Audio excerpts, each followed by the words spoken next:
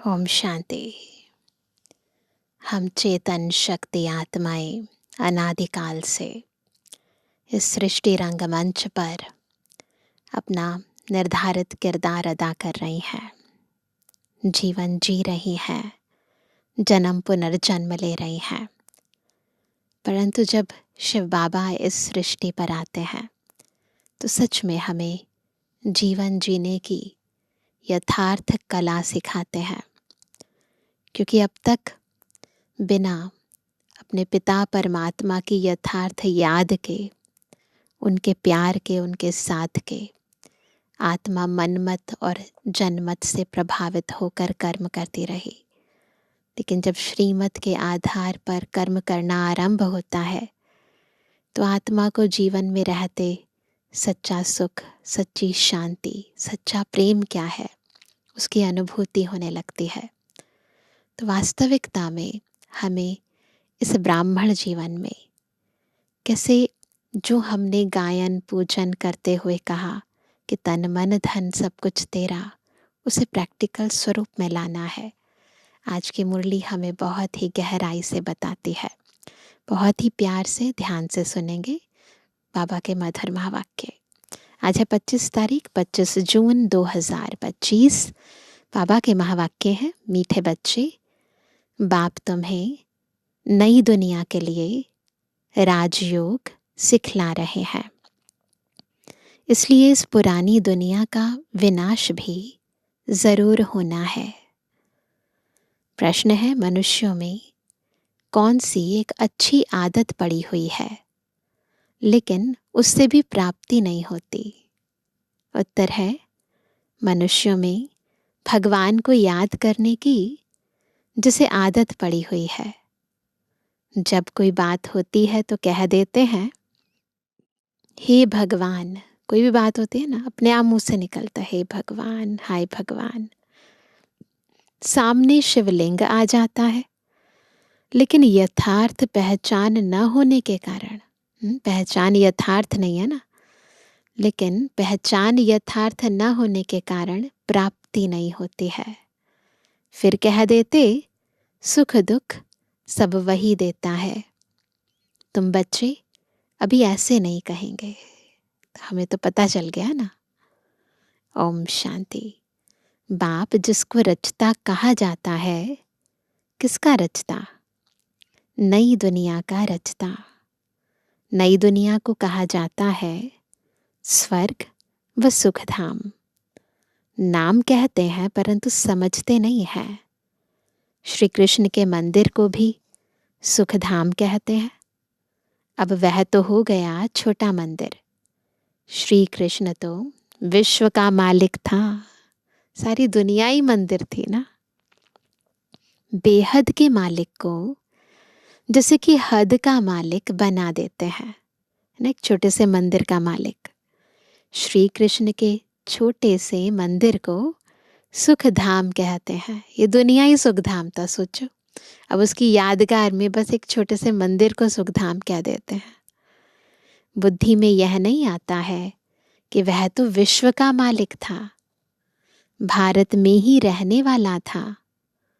तुमको भी पहले कुछ पता नहीं था, बाप को तो सब कुछ पता है। वह सृष्टि के आदि मध्य अंत को जानते हैं। अभी तुम बच्चे जानते हो, दुनिया में तो यह भी किसको पता नहीं है ब्रह्मा विष्णु शंकर कौन है। शिव तो है ऊंच ते ऊंच भगवान। अच्छा, फिर प्रजापिता ब्रह्मा कहाँ से आया? है तो मनुष्य ही। प्रजापिता ब्रह्मा तो जरूर यहाँ ही चाहिए ना, जिससे ब्राह्मण पैदा हो। प्रजापिता माना ही मुख से एडॉप्ट करने वाला। तुम हो मुख वंशावली। अब तुम जानते हो कि कैसे ब्रह्मा को बाप ने अपना बनाकर मुख वंशावली बनाया है। इनमें प्रवेश भी किया, फिर कहा कि यह हमारा बच्चा भी है। तुम जानते हो ब्रह्मा नाम कैसे पड़ा, कैसे पैदा हुआ? यह और कोई नहीं जानते हैं। सिर्फ महिमा गाते हैं कि परमपिता परमात्मा ऊंचते ऊंच है, परंतु यह कोई की बुद्धि में नहीं आता कि ऊंचते ऊंच बाप है। हम सभी आत्माओं का वह पिता है, वह भी बिंदु रूप ही है। उनमें सृष्टि के आदि मध्य अंत का ज्ञान है।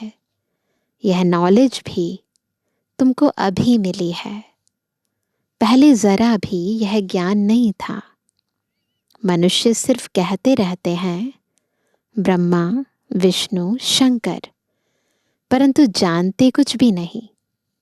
तो उन्हों को ही समझाना है, जो नहीं जानते ना उन्हीं को समझाना है।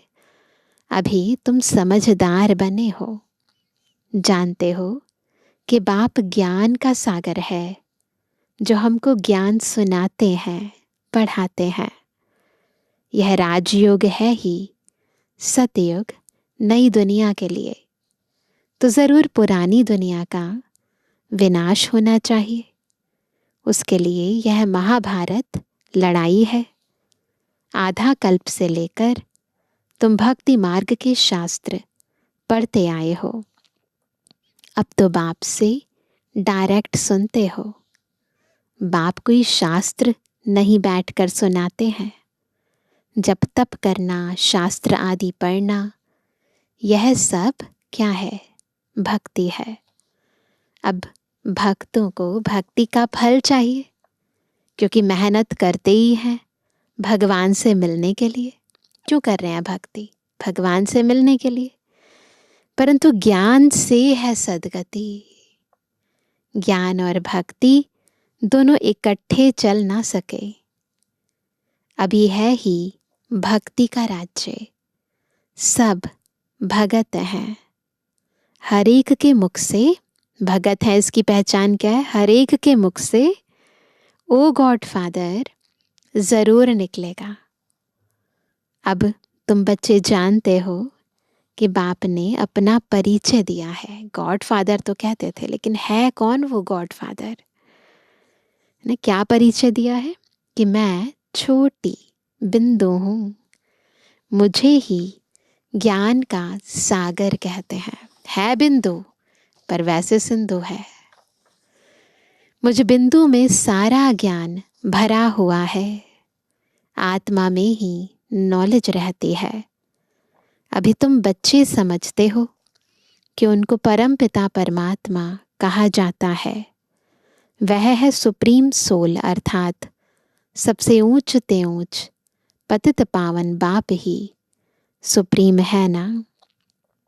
मनुष्य हे भगवान कहेंगे तो शिवलिंग ही याद पड़ेगा, वह भी यथार्थ रीति से नहीं। एक जैसे की आदत पड़ गई है कि भगवान को याद करना है, भगवान ही सुख दुख देता है। अभी तुम बच्चे ऐसे नहीं कहेंगे।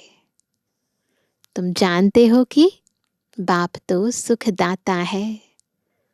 सतयुग में सुख धाम था, वहां दुख का नाम नहीं था। कलयुग में है ही दुख, यहाँ सुख का नाम ही नहीं। ऊंचते ऊंच भगवान, वह है सर्व आत्माओं का बाप। यह किसको पता नहीं है कि आत्माओं का बाप भी है।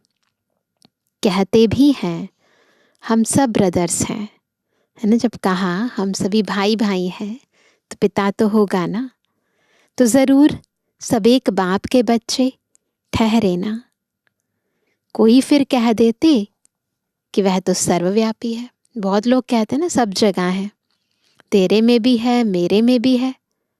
अरे तुम तो आत्मा हो, यह तुम्हारा शरीर है, फिर तीसरी चीज कैसे हो सकती है? फिर आत्मा परमात्मा कैसे हो सकती है? आत्मा को परमात्मा थोड़े ही कहेंगे। जीव आत्मा कहा जाता है, जीव परमात्मा नहीं कहा जाता। फिर परमात्मा सर्वव्यापी कैसे हो सकता? बाप सर्वव्यापी होता तो फिर फादरहुड हो जाता, ब्रदरहुड की जगह फादरहुड हो जाता। फादर को फादर से वर्षा थोड़ी मिलेगा, बाप से तो बच्चा ही वर्षा लेता है। सब फादर कैसे हो सकते?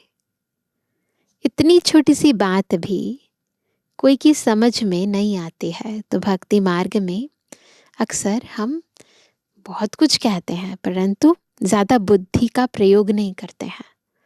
तो इसीलिए बाबा हमें यथार्थ रीति हर बात का आध्यात्मिक अर्थ बताते हैं। तब बाप कहते हैं, बच्चे, हमने आज से 5000 वर्ष पहले तुमको कितना समझदार बनाया था। तुम एवर हेल्दी वेल्दी समझदार थे, याद है सभी को? इससे जास्ती समझदार कोई हो नहीं सकता। तुमको अभी जो समझ मिलती है यह फिर वहां नहीं होगी। वहां यह थोड़ी मालूम रहता कि हम फिर गिरेंगे। अभी हमें संपूर्ण सृष्टि चक्र का पूरा ज्ञान है। अब सतयुग में थोड़ी ना पता चलेगा, वहां पर भी पता चल जाए कि हम गिरेंगे तो उनकी खुशी गायब हो जाए। यह मालूम हो तो फिर सुख की भासना ही ना आए। यह ज्ञान फिर प्राय लोप हो जाता है। यह ड्रामा का ज्ञान सिर्फ अभी तुम्हारी बुद्धि में है। ब्राह्मण ही अधिकारी रहते हैं। तुम्हारी बुद्धि में है कि अब हम ब्राह्मण वर्ण के हैं। ब्राह्मणों को ही बाप ज्ञान सुनाते हैं। ब्राह्मण फिर सबको सुनाते हैं। गायन भी है कि भगवान ने आकर स्वर्ग की स्थापना की थी, राजयोग सिखाया था। देखो, श्री कृष्ण जयंती मनाते हैं। समझते हैं कि श्री कृष्ण वैकुंठ का मालिक था, परंतु वह विश्व का मालिक था यह बुद्धि में नहीं आता। जब उनका राज्य था तो और कोई धर्म नहीं था, उनका ही सारे विश्व पर राज्य था और जमुना के किनारे था। अब तुमको यह कौन समझा रहे हैं? ये सारी बातें कौन समझा रहे हैं? भगवान उवाच। बाकी वह जो भी वेद शास्त्र आदि सुनाते वह है भक्ति मार्ग के। यहाँ तो खुद भगवान तुमको सुना रहे हैं। अभी तुम समझते हो हम पुरुषोत्तम बन रहे हैं। तुमको ही यह बुद्धि में है कि हम शांति धाम के रहने वाले हैं। फिर हम आकर 21 जन्मों की प्रारब्ध भोगेंगे। तो जैसे जैसे सुनते जाएं, बुद्धि ऊपर और फिर नीचे, है ना, सुख धाम में आ जाए। तुम बच्चों को अंदर में खुशी से गदगद होना चाहिए। क्या खुशी है? कि बेहद का बाबा शिव बाबा हमको पढ़ा रहे हैं। वह ज्ञान का सागर है, सृष्टि के आदि मध्य अंत को जानता है। ऐसा बाबा हमारे लिए आया है तो खुशी में गुदगुदी होती है ना, गुदगुदी होती है ना।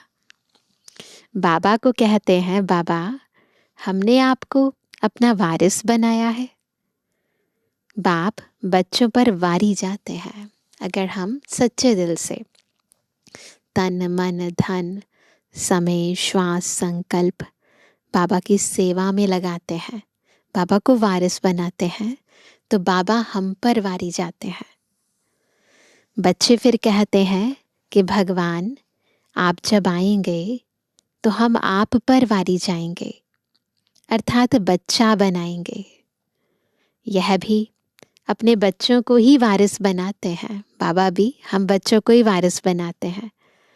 बाबा को वारिस कैसे बनाएंगे? यह भी गुह्य बात है, पता है ना सभी को। अपना सब कुछ एक्सचेंज करना, इसमें बुद्धि का काम है। स्थूल की बात नहीं है, स्थूल से ज़्यादा सूक्ष्म की बात है ना। अंदर से स्वीकार कर ले बुद्धि। गरीब तो झट एक्सचेंज कर लेंगे, है ही नहीं तो फिर एक्सचेंज करना सहज है ना। साहूकार मुश्किल करेंगे जब तक कि पूरी रीति ज्ञान न उठावें। इतनी हिम्मत नहीं रहती ना। इतना सारा धन अर्जित किया, बाबा की सेवा में लगाना इतना सहज थोड़ी ना होता है। गरीब तो झट कह देते, बाबा हम तो आपको ही वारिस बनाएंगे, है ही नहीं कुछ तो बनाना सहज है। हमारे पास रखा ही क्या है, वारिस बनाकर फिर शरीर निर्वाह भी अपना करना है। ऐसा नहीं कि फिर शरीर निर्वाह नहीं करना है, आजीविका तो कमानी है ना। सिर्फ ट्रस्टी समझकर रहना है। युक्तियां बहुत बताते रहते हैं, बस ये सोचना है कि बच्चे किसके हैं, बाबा के हैं। घर किसका है, बाबा का है। धन जो कमाया बाबा की श्रीमत प्रमाण इसे खर्च करना है। तो ट्रस्टी बनना है।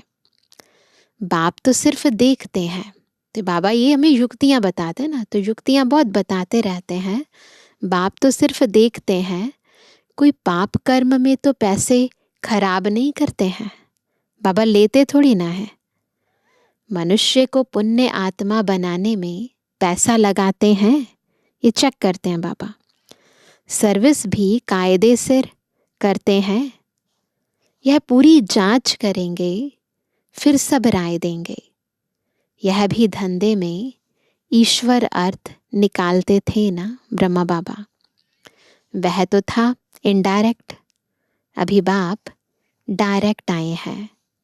मनुष्य समझते हैं हम जो कुछ करते हैं उनका फल ईश्वर दूसरे जन्म में देते हैं। कोई गरीब दुखी है तो समझेंगे कर्म ही ऐसा किया हुआ है। अच्छे कर्म किए हैं तो सुखी है। बाप तुम बच्चों को कर्मों की गति पर समझाते हैं। रावण राज्य में तुम्हारे सब कर्म विकर्म ही हो जाते हैं, क्योंकि विकारों के वशीभूत होकर काम करते हैं ना।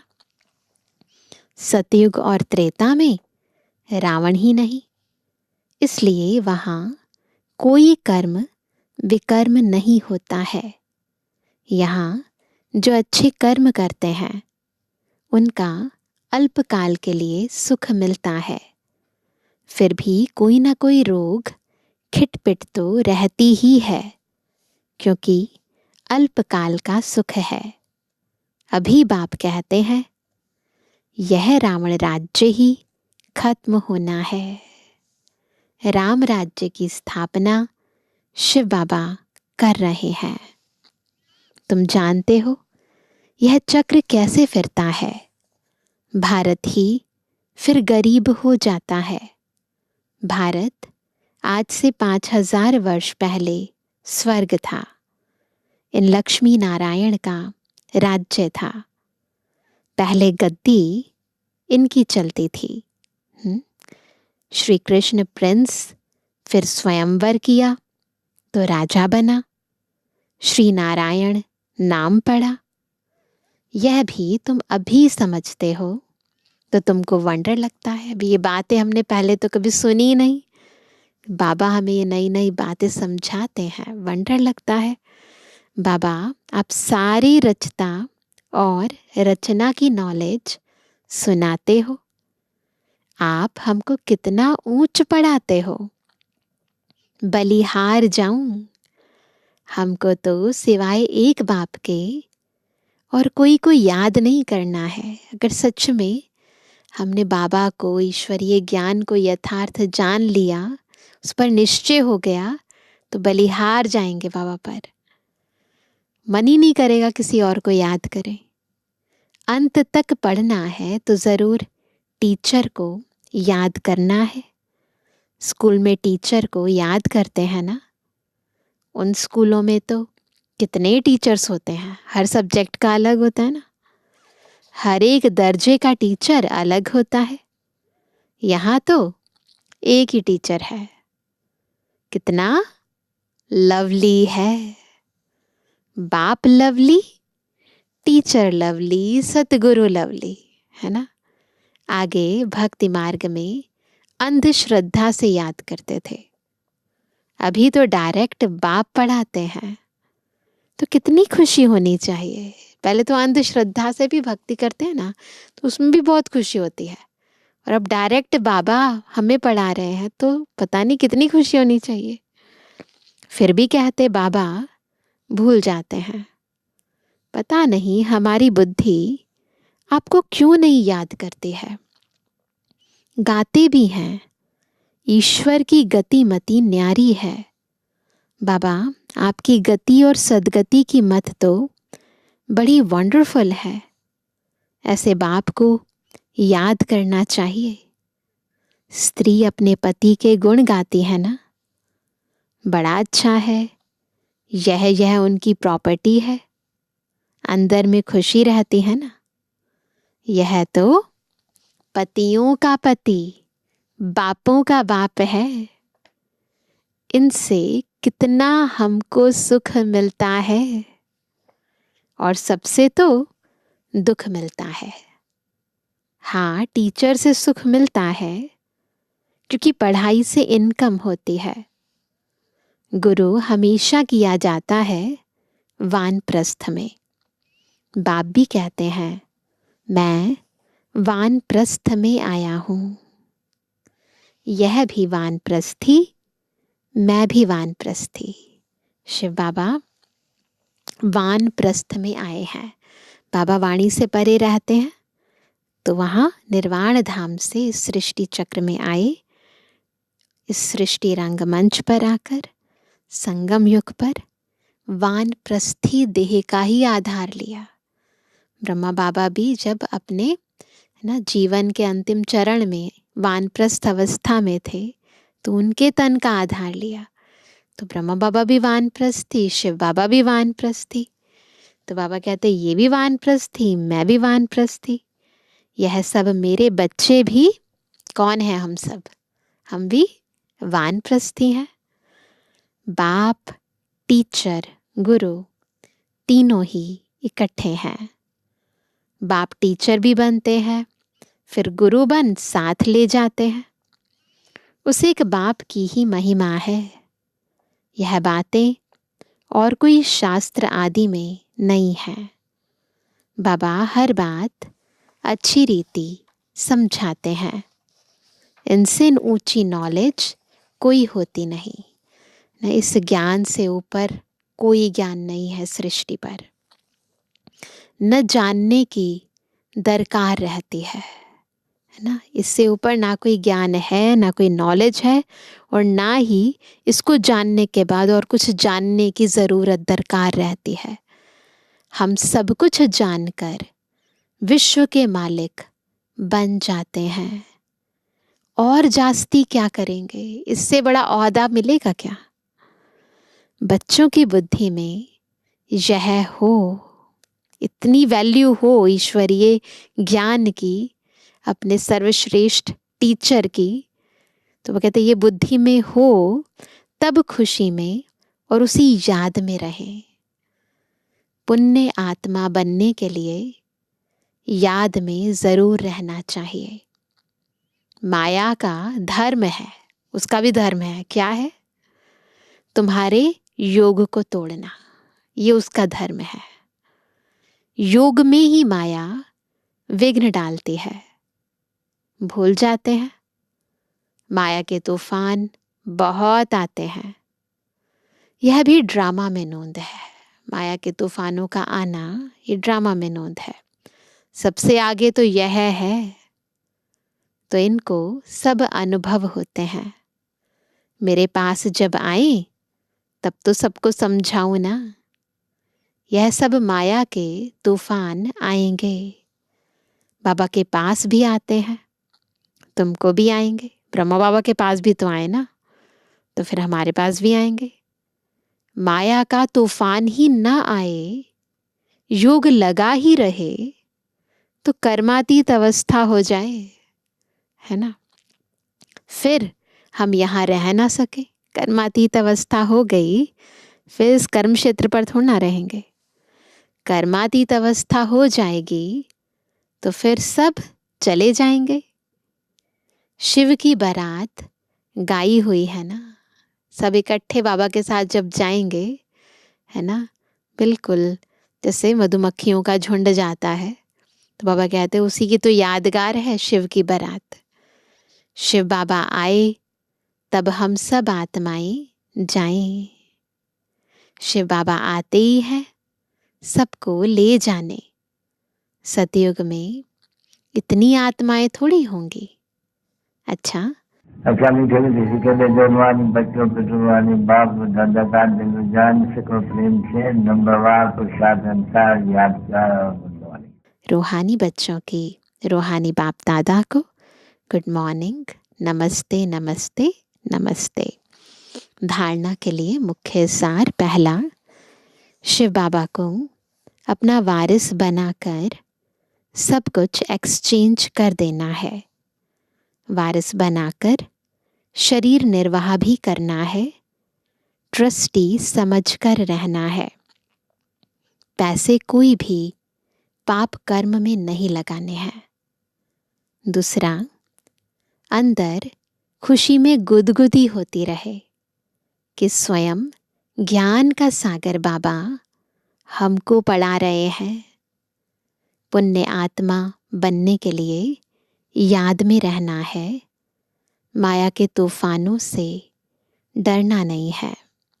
वरदान है, सत्यता के आधार पर एक बाप को प्रत्यक्ष करने वाले निर्भय अथॉरिटी स्वरूप भव। कैसे बनेंगे निर्भय अथॉरिटी स्वरूप? जब सत्यता के आधार पर बाबा को प्रत्यक्ष करेंगे। सत्यता ही प्रत्यक्षता का आधार है। बाप को प्रत्यक्ष करने के लिए निर्भय और अथॉरिटी स्वरूप बनकर बोलो, संकोच से नहीं। जब अनेक मत वाले सिर्फ एक बात को मान लेंगे कि हम सबका बाप एक है और वही अब कार्य कर रहे हैं, हम सब एक की संतान एक हैं और यह एक ही यथार्थ है, तो विजय का झंडा लहरा जाएगा। इसी संकल्प से मुक्ति धाम जाएंगे और फिर जब अपना अपना पाठ बजाने आएंगे तो पहले यही संस्कार इमर्ज होंगे कि गॉड इज वन। यही गोल्डन एज की स्मृति है। तभी तो होगा ना वन वन वन। वहाँ पर एक धर्म होगा, एक राज्य होगा, एक भाषा होगी, सब कुछ एक यूनिटी होगी। स्लोगन है, सहन करना ही स्वयं के शक्ति रूप को प्रत्यक्ष करना है। सहन करना ही स्वयं के शक्ति रूप को प्रत्यक्ष करना है। आज का व्यक्त इशारा, आत्मिक स्थिति में रहने का अभ्यास करो, अंतर्मुखी बनो।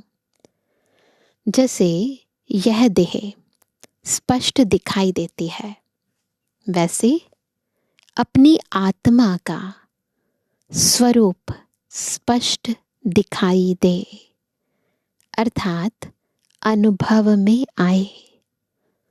मस्तक अर्थात बुद्धि की स्मृति व दृष्टि से सिवाय आत्मिक स्वरूप के और कुछ भी दिखाई ना दे, वह स्मृति में न आए। ऐसे निरंतर तपस्वी बनो, तब हर आत्मा के प्रति कल्याण का शुभ संकल्प उत्पन्न होगा।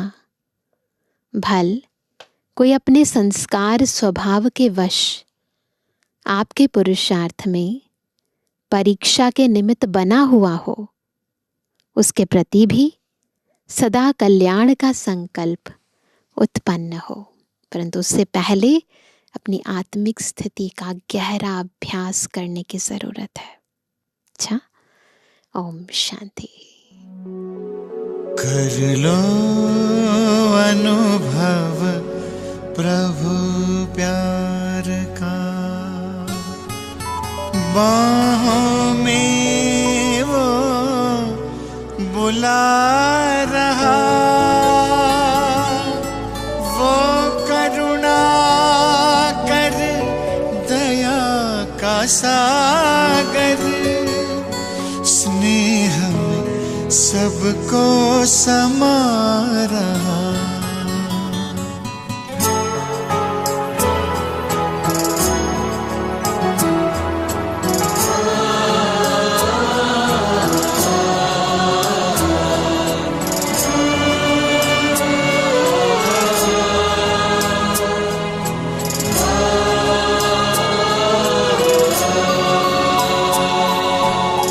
कर लो अनुभव प्रभु प्यार का,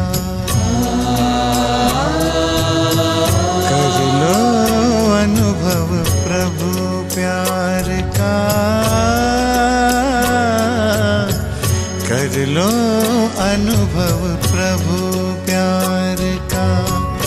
बाहों में वो बुला रहा, वो करुणा कर दया का सागर, स्नेह में सबको समा रहा, स्नेह में सबको समा रहा।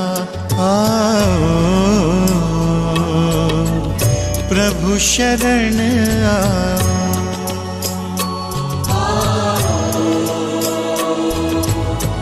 प्रभु शरण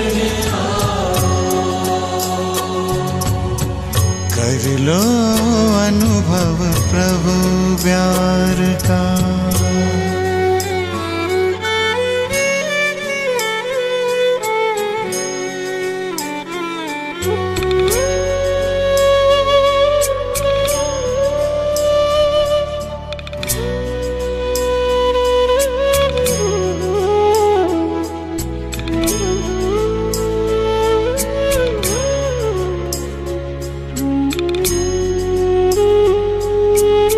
सुबह हुई जब आँख खुली तो कुछ घड़ियाँ कर प्रभु के नाम। सुबह हुई जब आँख खुली तो कुछ घड़ियाँ कर प्रभु के नाम। प्रभु किरण को हृदय में भर लो, कर लो आनंद दिव्य ललाम। प्रभु किरण को हृदय में भर लो, कर लो आनंद दिव्य ललाम। महामिलन की मंगल बेला, महामिलन की मंगल बेला, प्रभु मिलन जग मना रहा, वो करुणा कर दया का सागर, स्नेह में सबको समा रहा, स्नेह में सबको समा रहा। प्रभु शरण आओ,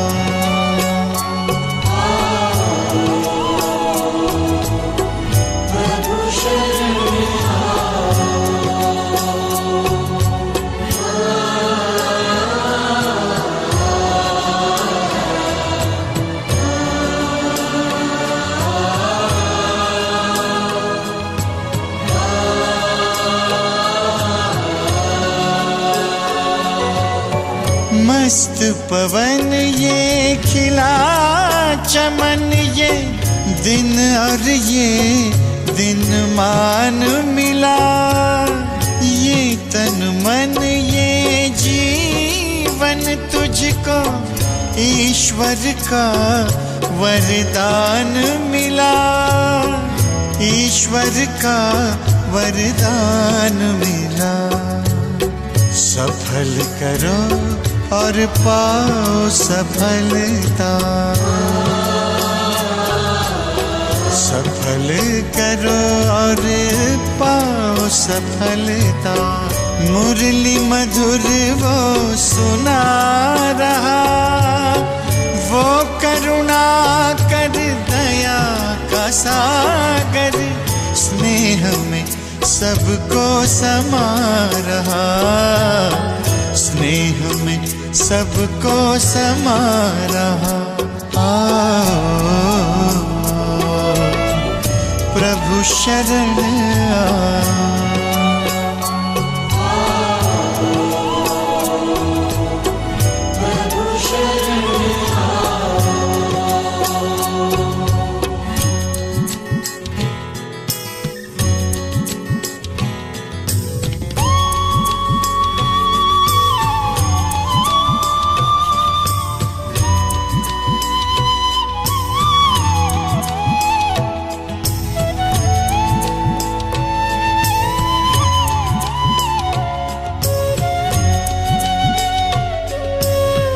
अहो भाव के भरे भाव से पल पल प्रभु गुणगान करो।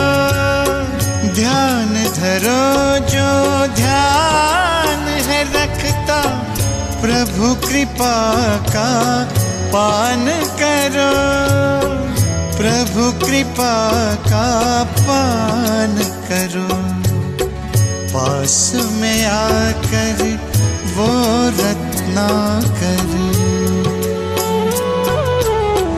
पास में आकर वो रत्नाकर, रतन अनोखे लुटा रहा, वो करुणा कर दया का सागर, स्नेह में सबको समा रहा, स्नेह में सबको समा रहा। आओ प्रभु शरण आओ, आओ प्रभु शरण आओ।